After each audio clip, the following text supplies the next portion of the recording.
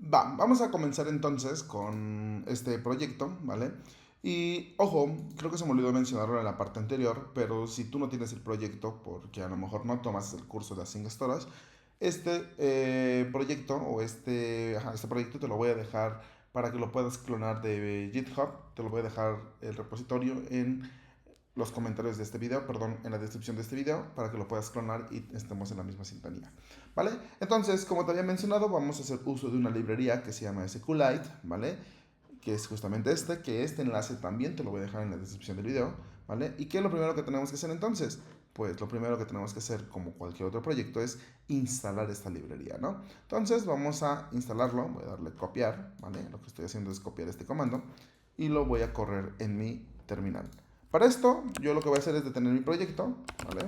Voy a limpiar mi consola y lo que voy a hacer es pegar el comando que acabamos de copiar de la página, ¿vale? Le voy a dar Enter y entonces esto lo que va a pasar es que va a instalar la librería que se llama Expo SQLite, ¿vale? Recuerda que para saber que la librería se instaló correctamente, lo podemos verificar en nuestro package.json, ¿vale? En nuestro package.json debería de existir una nueva librería, ¿no? Que se llama Expo-SQLite, ¿vale? ¿Esto dónde va a estar? En la sección de dependencias, ¿vale? Dame un segundito, voy a activar el modo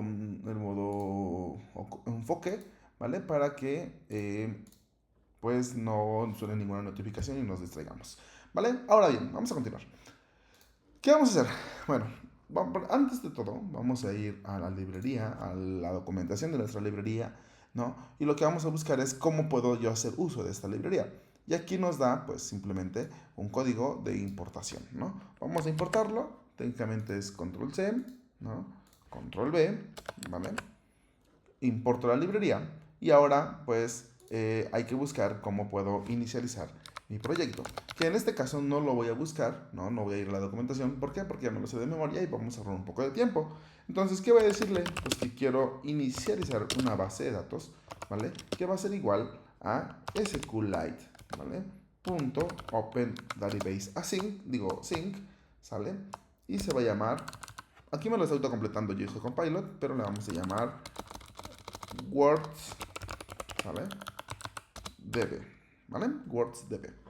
Y entonces, en mi variable db voy a tener la conexión a mi base de datos, ¿no? Porque aquí lo que estoy haciendo es abrir una base de datos de forma sincrónica, ¿no? Y eso se va a estar guardando en una variable que se llama db.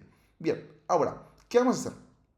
Pues lo que vamos a hacer es modificar primero nuestro leer, ¿no? Vamos a modificar primero nuestro leer, leer lo que tenemos en la base de datos. ¿Por qué? Porque resulta, ¿no? Que el primer método que se ejecuta, que de hecho te los voy a colapsar, te voy a colapsar todo esto, ¿vale? Colapsamos, eh, dame un segundo, ¿no? Colapsamos esto, ¿no? Colapso, colapso, colapso, colapso, ¿cierto?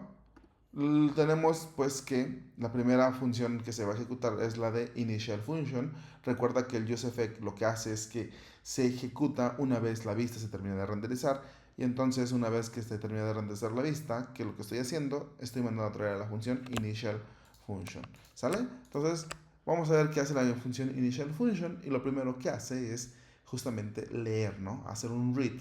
Vamos a ver qué es lo que hace la función read. Lo que hace la función read es que va a la Async Storage y obtiene una variable o un ítem, ¿no? Que está guardado con el key lista.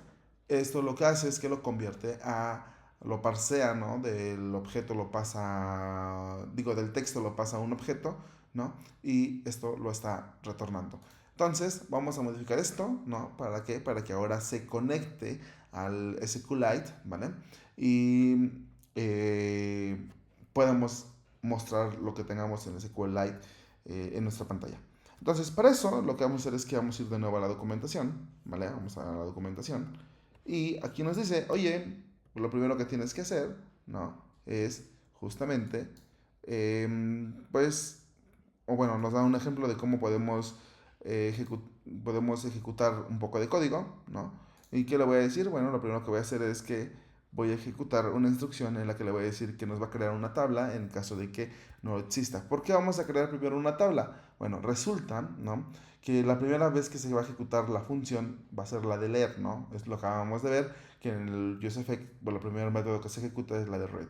Entonces, ¿qué sucede? Como es una base de datos que al inicio no existe y que cuando la aplicación sea abierta por primera vez, pues no voy a poder leer una tabla, ¿no?, que no se ha creado. Entonces, ¿qué tengo que hacer?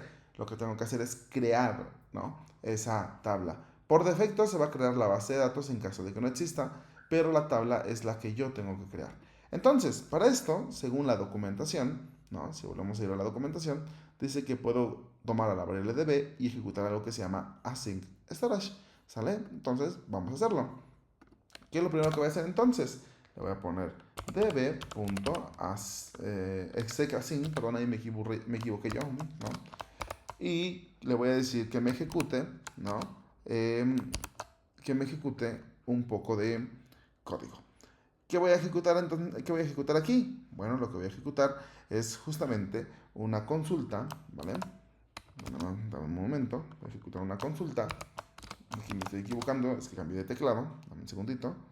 Es con este, ¿no? Voy a ejecutar una consulta, que de hecho ya me lo está autocompletando, ¿no? Aquí el Copilot, pero no lo vamos a hacer de momento. Y le voy a decir primero que me va a cambiar la forma en la que va a trabajar nuestra base de datos, ¿no? Que de hecho nos lo dice en su propia documentación. Dame un segundito, te lo muestro en la documentación. Dice que lo primero que tenemos que hacer es cambiar el Journal Mode, ¿no? Vamos a cambiarlo, ¿vale? Dame un segundito, lo vamos a ejecutar. Esto es lo primero que vamos a ejecutar, ¿no? Dice que lo primero que tengo que ejecutar es el Pragma Journal Mode. Recuerda que yo estoy utilizando doble comilla, aunque la documentación dice, dame un segundito, ¿no? La documentación dice que yo debería de utilizar algo que se le conoce como template strings, ¿no? Que lo voy a copiar y lo voy a pegar porque no siempre sabemos sacar o no siempre sabemos escribir este simbolito, ¿no? Con nuestro teclado. Que en tu caso, si eres usuario de Windows, normalmente es con control GR y el acento, ¿no? Y a veces, bueno, normalmente se puede obtener el acento invertido, ¿vale? O de hecho está en la tecla, lo tiene marcado, solo que para poderlo extraer o poderlo escribir es con control GR más la teclita que tenga ese acento invertido. Ahora, ¿para qué me sirve el Pragma Journal Mode en Word? Bueno, lo que estoy diciéndole a mi base de datos es, ¿sabes qué? Aunque tú estés haciendo operaciones de escritura, también quiero que puedas procesar operaciones de lectura. Entonces, esto me va a ayudar para tener un mejor performance al momento de leer de mi base de datos, aunque se estén haciendo registros hacia la base de datos. ¿Sale? Después de que ya habilité justamente, ¿no?, esta función, o acabo de permitir que se pueda leer mientras se está escribiendo, ahora sí, lo que voy a hacer es crear una tabla, ¿no?, solo si no existe. Recuerda que se va a crear solo si no existe. ¿Cómo se va a llamar mi tabla? Se va a llamar Word, ¿no? Word. Y le voy a decir, ¿vale?, que va a tener un campo que se va a llamar ID, ¿vale?, que va a ser de tipo integer. Aquí te digo, me lo está autocompletando, ¿no?, que va a ser primary key, ¿vale?, y que va a ser auto increment, ¿vale? Después le voy a decir que va a tener otra columna, ¿no?, que se va a llamar Word, ¿sale?, que va a ser de tipo text. ¿Podríamos ponerlo de varchar? También podríamos ponerlo de varchar, ¿no? Puedo decirle que va a ser varchar y a lo mejor de 250, ¿no? Pero para evitar cualquier conflicto, vamos a dejarlo que sea tipo text, ¿sale? Lo que sí le voy a decir es que debe de ser not null, o sea, no puede ser nulo, ¿sale? Listo, entonces creo mi base de datos, ¿no? Creo mi tabla solo si no existe. ¿Qué va a tener? Va a tener dos columnas. Una columna que va a ser ID y va a tener otra columna que va a ser Word. La de ID va a ser tipo número, va a ser la primary key y va a tener, o va a ser por defecto, auto increment. Y la segunda columna que va a tener mi tabla Words va a ser Word y va a guardar el texto que el usuario haya escrito. ¿Sale?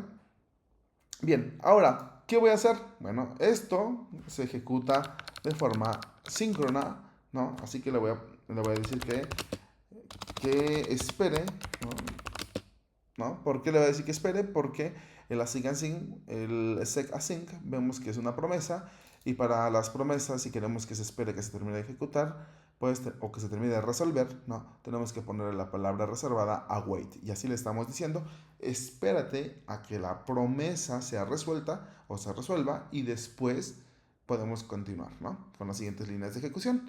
Y ahora, ¿por qué le puse el await? Vuelvo a repetir, porque necesito que la promesa se termine de ejecutar, ¿no? Necesito que la tabla se cree para después hacer un select asterisco from words. ¿Qué pasa si yo no le pongo el await?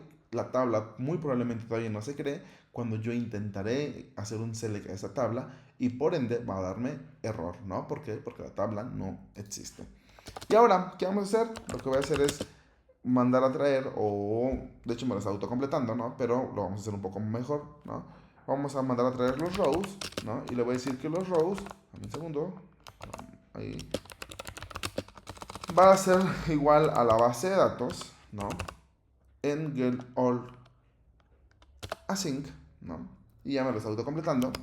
Y le digo que voy a hacer un select asterisco from words. El get all async lo que me permite es que me va a hacer un select, ¿no? De la tabla, o hacer un select de una tabla, y que solamente me devuelve un array con los objetos, o mejor dicho, con la tabla que yo le estoy pidiendo, ¿no?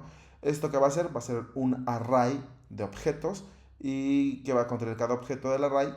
Lo que va a contener el objeto es cada columna y el valor que tiene esa tabla, ¿no? Entonces va a ser un array, el array sería los rows, ¿no? Y el objeto sería las columnas que tiene o los valores que tiene cada row guardado en la tabla, ¿sale?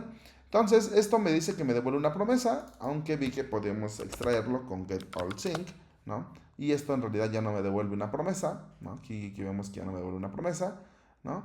Vamos a hacerlo con el anterior, getAllAsync, ¿no? Y con esto lo que tengo que hacer es que tengo que poner la palabra await. ¿Para qué? Para que espere a procesarse, o espere a que se termine de resolver, porque vemos que este nos devuelve una promesa, ¿sale? Entonces, ahora en rows tengo literalmente el resultado de esta operación, ¿saben? ¿Qué voy a hacer aquí? Bueno, lo que voy a hacer es que voy a decirle, ¿no? Que ese resultado, ese row, se va a guardar, ¿no? O nos los va a retornar. Entonces le voy a decir que me retorne, ¿cierto? El row. Ahora, esto nos acaba de provocar un error. ¿Por qué? Porque resulta que esa función, ¿sale? Me dice que va a devolver un array de strings. Pero al momento que hacemos el select, ya no nos devuelve un array de strings. Como te había dicho, nos devuelve un array de objetos, ¿no? Un array de objetos en el cual cada objeto va a tener ID y el valor, word y el valor. Cada objeto va a tener o va a representar las columnas que tenemos en nuestra base de datos.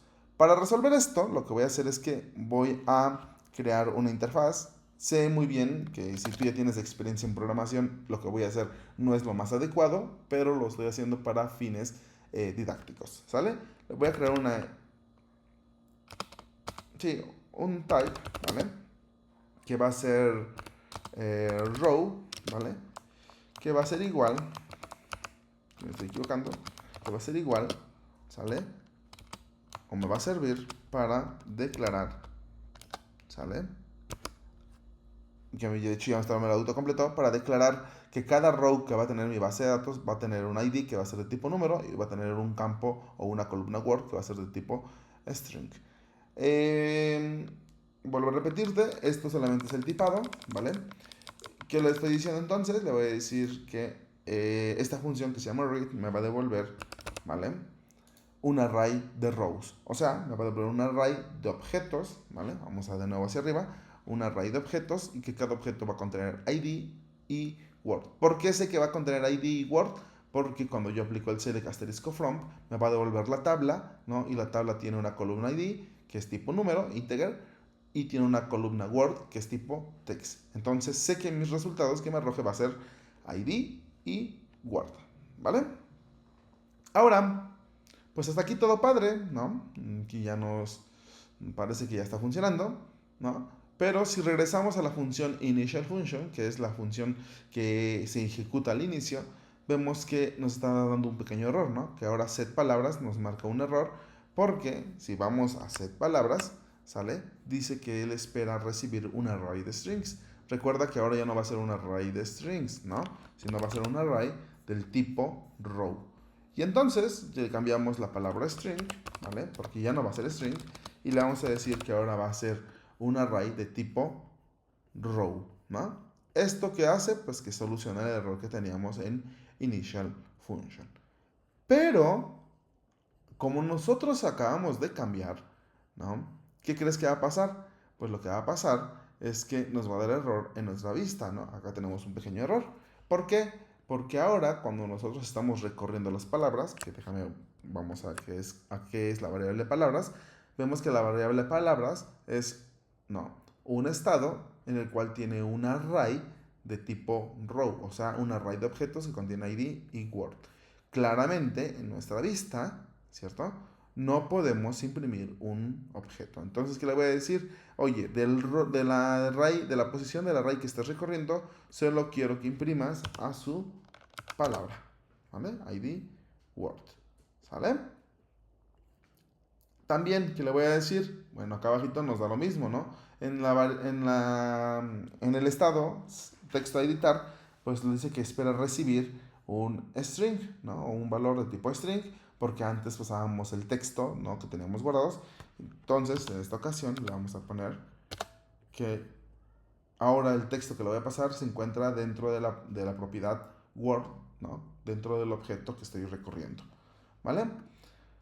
Eh, por ende, el index va a cambiar, el index editar ya no va a ser el mismo, ¿no? Pero lo vamos a ver más adelante, solamente ahorita estamos solucionando los errores, ¿sale?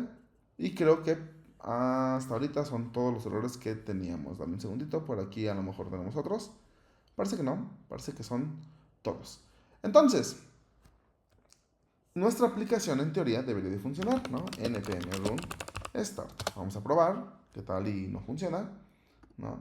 Debería de funcionar, pero no debería de mostrar absolutamente nada. ¿Por qué no va a mostrar nada? Bueno, no debería de mostrar nada porque en nuestra base de datos, pues no tenemos absolutamente nada, ¿no? Se acaba de crear la tabla y no tiene ningún registro guardado. ¿Sale? Entonces, como primer video, estamos creo que bastante bien. Vamos a hacer en el segundo video, ¿vale? Que el guardar, ¿no? El nuevo registro, pues se guarde directamente en SQL. Nos vemos, chavos, en la parte 3.